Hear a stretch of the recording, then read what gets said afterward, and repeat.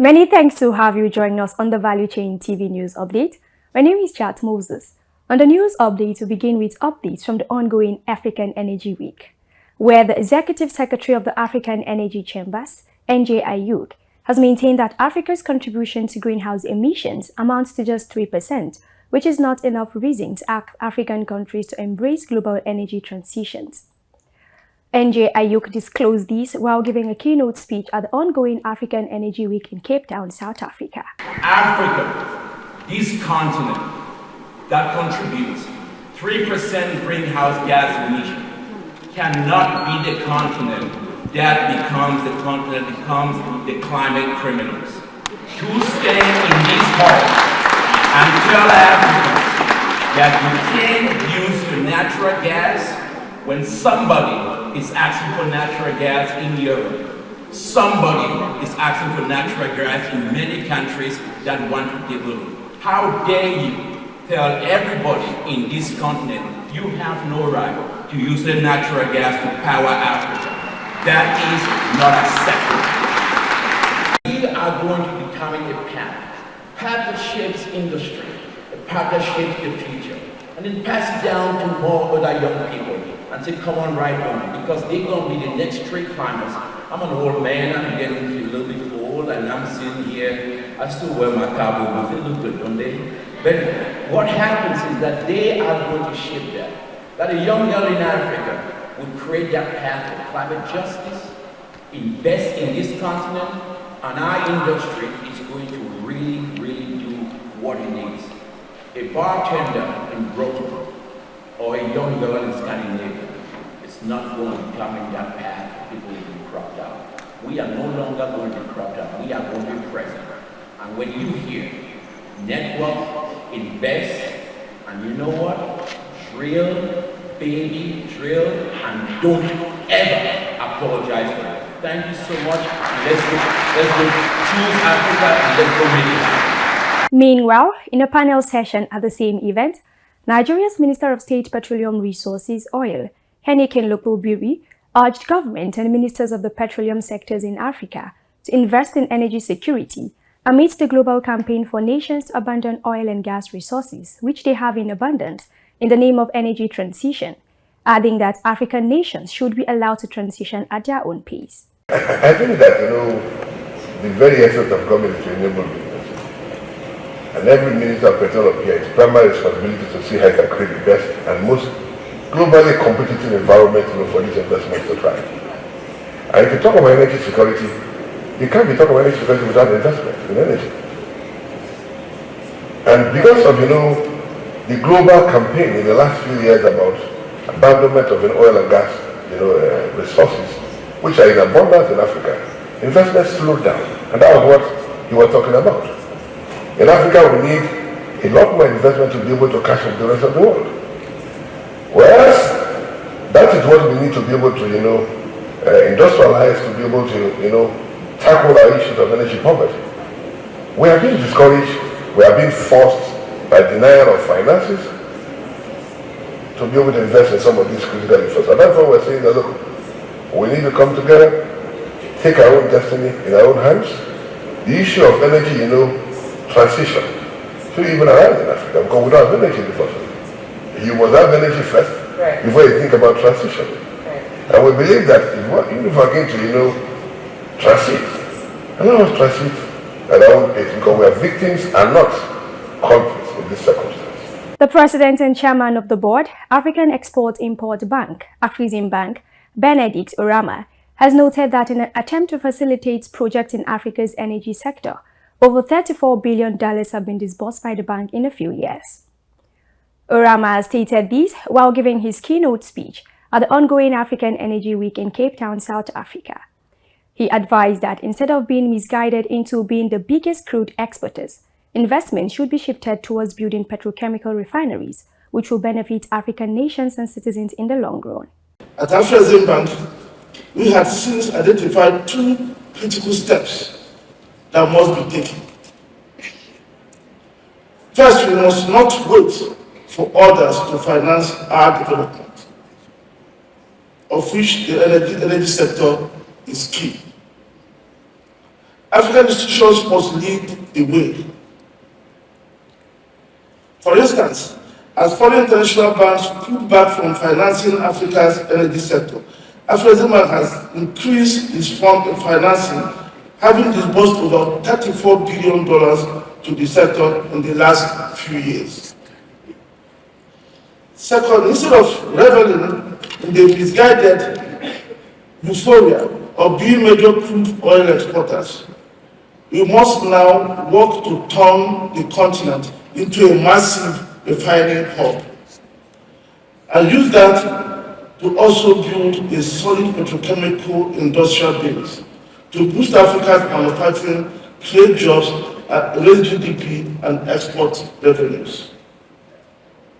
And because Afreximbank believes in doing what it preaches, it has started taking important steps in these two directions.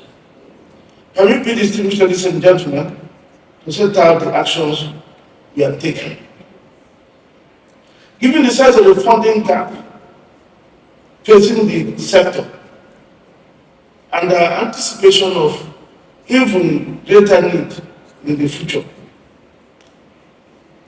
we recognize that a single institution such as Afreximbank cannot do it alone. We quickly understood that we must find innovative ways of mobilizing additional institutions of the type that carries Afreximbank DNA. An institution that will be there for the continent when it rains and when it shines, in good and in bad times. Such an institution must, of necessity, be well capitalized, well run, and carry the trust and confidence of the government and businesses on the continent and even beyond. It must be endowed with privileges and immunities that will enable it operate efficiently across Africa. Be able to borrow globally at competitive costs, be run by those who understand the continent and the peculiarities of the energy sector, and have a strong convening power for partners. It must also be run by those who have the courage to act. Still on the African Energy Week sidelines, the need for Africa to become a gas powerhouse by investing in policies and domestication of gas has been stressed, especially as the population increases.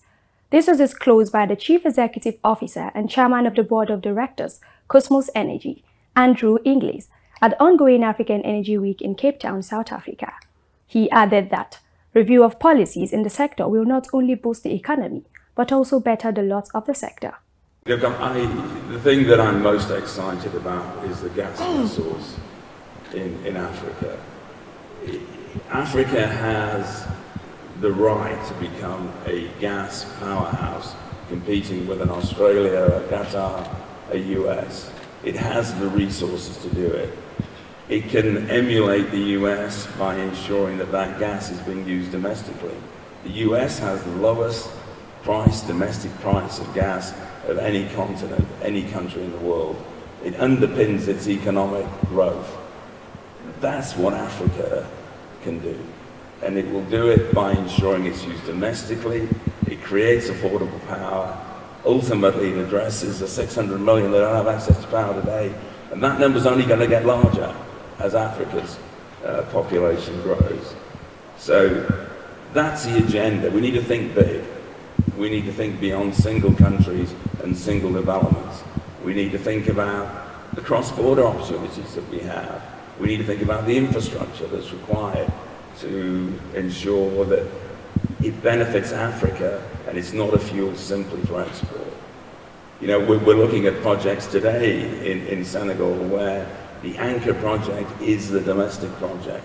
Yeah, there may be some LNG that supports it in terms of its economic efficiency, but ultimately it's about creating affordable power that creates energy security and allows access to power. It can be done. The resource is there, the rocks are there. It's up to us to enable the infrastructure to be built. Now moving to Nigeria's power sector. The latest grid collapse has sparked outrage among Nigerians who are calling for agent reforms in the power sector. Reports from the Transmission Company of Nigeria, TCN, reveal that the grid collapse occurred at approximately 3:45 p.m. on Tuesday, resulting in widespread power outages across the country. In this report, our correspondent Kabiru Lawal had a chat with a few Abuja residents on the frequent grid collapse. The report. The continuous collapse of the national grid has not only become a source of concern to Nigerians, but has also crippled so many businesses, especially at this very crunchy moment the country is passing through. Get a copy and hear complain on that.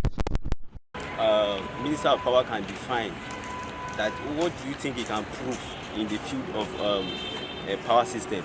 He has no knowledge of power system, but he's the Minister of Power. Anything can go through his table without him knowing. There are a lot of things he can prove without him knowing what it's really all about. So it's only Nigeria you can see that somebody who read cultural and arts can become can serve as a Minister of Health.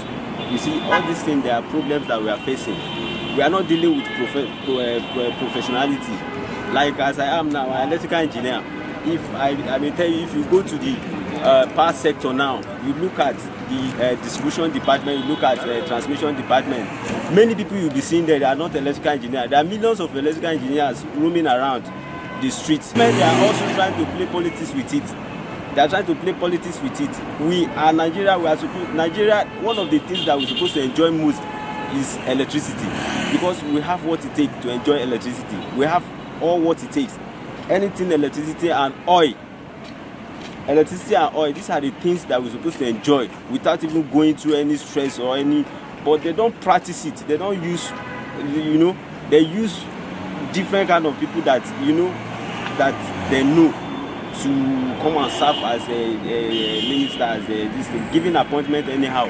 The light issue is a really big problem all this while, because in a nation, if there is no light, it always affects so many business and a lot of things. So I think government should try to do something about it. Like yesterday, they flashed it, and then I think maybe they are doing something about it. So I think they will do something about it, because this heat season, everybody really need lights this period. Thank you so much. And the Christmas is coming very soon, so I think they should do more. Concerning the collapse of the national grid, I think government has something to do concerning this, because this is occurring every time. The nation Nigeria needs to take a proper look at this grid, because the situation we are facing in the area of light is really affecting.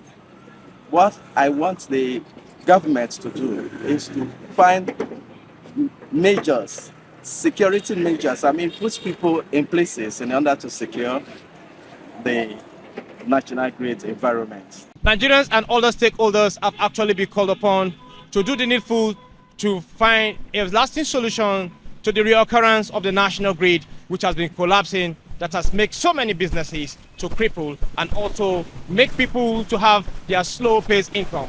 For Valuechain TV, Kabir Lawal reported. The Executive Secretary, Nigerian Content Development and Monitoring Board, NCDMB, Engineer Felix Obe, and the Governor of Lagos State, Mr. Babajide Sanwo-Olu, have commissioned a multi-million-dollar pipe threading and valve assembly facility built by Bell Oil and Gas at Lekki Free Zone, Lagos State. Our correspondent, Anastasia Adesi, has the report. In his welcome address, the Chief Executive Officer, Bell Oil and Gas, Dr. Kayode Thomas, described the facility as yet another evidence that the Nigerian Oil and Gas Industry Content Development Act of 2010 is working, and thanked the board for driving local companies towards real capacity building. He reinstated that the firm recorded its first major success in the deep water space when it won the contract of installation of composite pipes on the Bonga FPSO with Shell in 2004, won contract and delivered major line pipe and FCTG contracts alongside key players in the industry such as Shell, Chevron, ExxonMobil, Total, Agip, Adax, Afrin, and Saplet between 2005 and 2010. Speaking at the commissioning of the multi-million-dollar pipe threading and valve assembly facility event, the Executive Secretary, Nigerian Content Development and Monitoring Board, NCDMB, Engineer Felix Ogbe, lauded Bell Oil and Gas for honoring its commitment to the Nigerian Content Equipment Certificate (NCEC) issued by NCDMB a few years ago, and for its foresight and commitment to enhancing Nigeria's oil and gas sector, noting that the company had invested in key infrastructure that will meet growing demands in the industry. The Commissioner for Commerce, Cooperatives, Trade and Investment, Mrs. Folashade Ambrose, representing the Governor of Lagos State, Babajide Sanwo-Olu, commended Bell Oil and Gas for investing in the Lekki Free Trade Zone and creating employment opportunities in the state, pledging the state government's support to provide critical infrastructure that could create ease for investors to set up projects and excel in the free zone. Anastasia Adeze for Value Chain TV. And on a sad note, the presidency has announced the death of the Chief of Army Staff, General Taoreed LAGBAJA. This was disclosed in a statement by the Special Advisor to the President on Information and Strategy, Bayo Onanuga. The statement said that he passed away on Tuesday night in Lagos after a period of illness. The statement further added that throughout his service, General LAGBAJA demonstrated exceptional leadership and commitment, serving as a platoon commander in the 93 Battalion and the 72 Special Force Battalion, among others. And this concludes the Value Chain TV News Update. I remain Chat Moses. Many thanks for watching.